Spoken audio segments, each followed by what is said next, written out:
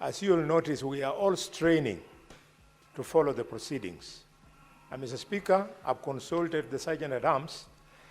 That noise you're hearing is from doctors, clinical officers, and other members of the Universal Healthcare, UHC. Mr. Speaker, could you resort to standing order number 1?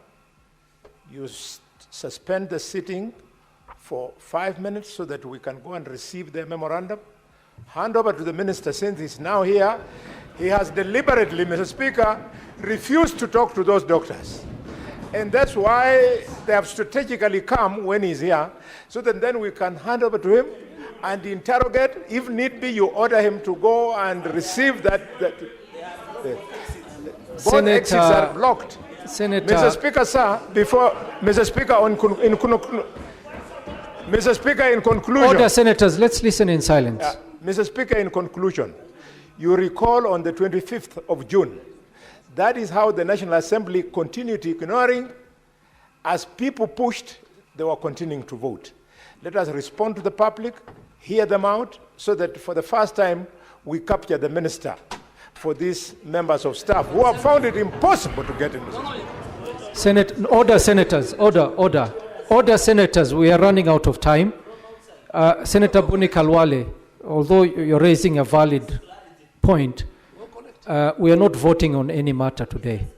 You can ask your staff at your office to go and receive the memorandum, or you can go receive the memorandum and come and put the question to the CS here. So Senator, yes, Majority Leader, what's your point of order? For 10 seconds, on an issue of procedure, Mr. Speaker, yesterday at SBC, we passed an agreement that whenever we are handling this session and we are pressed for time, we give priority first to members that initially drafted questions before supplementary questions. I wanted to request, given how much time is spent, that you kindly bear with us. Even previously with the other ministers, that's what the speakers, the substantive speaker did, that you allow the 2 members who had questions to finish their questions. The minister responds.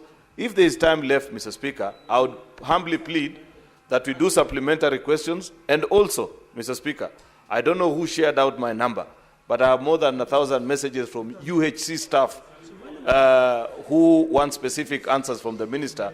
It will be unfair if he leaves the House today before addressing himself on these issues of UHC. So I plead for your indulgence. Thank you. Thank you. No point of orders. No point of orders. Senators. Senator Cheriot, I think we will proceed as you've requested. It will save us time because we're really running out of time. And I wish we would stop all these point of orders so that we can manage our time properly. So, Senator Ojienda, we are going to proceed to the next 2 questions, and then we'll take supplementary questions, all of them at the end. Mr. Speaker, just on a point, may I then, I will assign my supplementary questions to the Senator for Vihiga for 1 question, Senator Muma, Senator Faki, and lastly, yes, Senator Eddy, it's okay. Senator Sifuna, please ask your question. Mr. Speaker. Thank you, Honorable Speaker. Although the CS was saying he's not in a hurry, we need to remind him that he came late. And therefore, it is the reason why we are running out of time. And he knows the House rules that there is a time for the rising of this House. Honorable Speaker, I want to ask question number 32. Honorable CS, could you tell us why was the Edu Athia medical scheme, which provided comprehensive medical insurance for secondary school learners under the National Health Insurance Fund, discontinued under the current Social Health Insurance Fund program? And secondly, what are the reasons for the government's failure to provide last expense compensation for Mr. Elias Majau Muta, whose son, Master Robin Murimi Majau, a Form 3 student at Kibera Secondary School, passed away on 9th September 2022. Now, Honorable Speaker, I have looked at the response that the CS has given, and in the interest of time, maybe he can just be brief, and he has asked in the response that I provide certain documents. I would like your clarification or direction, Honorable Speaker, Because I have those documents here with me, and I want to put them in the CS's hands. Yes. I don't know how that is going to happen, but I will await your direction. What's your point of order, Senator Eddy? Madam Speaker, I'm raising understanding order 101, Madam Speaker. I mean 101 and standing order number 1, Madam Speaker. Madam Speaker, what Senator Boni Aluale has brought in this House, Madam Speaker, and requested your chairpersonship to rule on is a critically important one, Madam Speaker. As we are speaking right now, Madam Speaker, the healthcare structure is all in disarray with these strikes, Madam Speaker, because of the UHC strikes, Madam Speaker. If they are outside here, Madam Speaker, and this House we make decisions as senators, Madam Speaker, we are requesting that you adjourn the House for 5 minutes.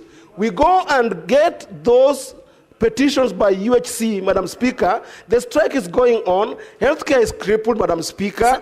They're not being responded to. Senator Eddy, the health minister is here, Madam Senator Speaker. Eddy, please sit down. Why can't we just adjourn for 5 minutes we make the decision? Senator Eddy, please sit down. Order. What you're raising was raised by Senator Halwale, and the Speaker on the chair actually made a ruling on that. Senator Eddy, please sit down. It is my decision that we finish the questions and then we will do this.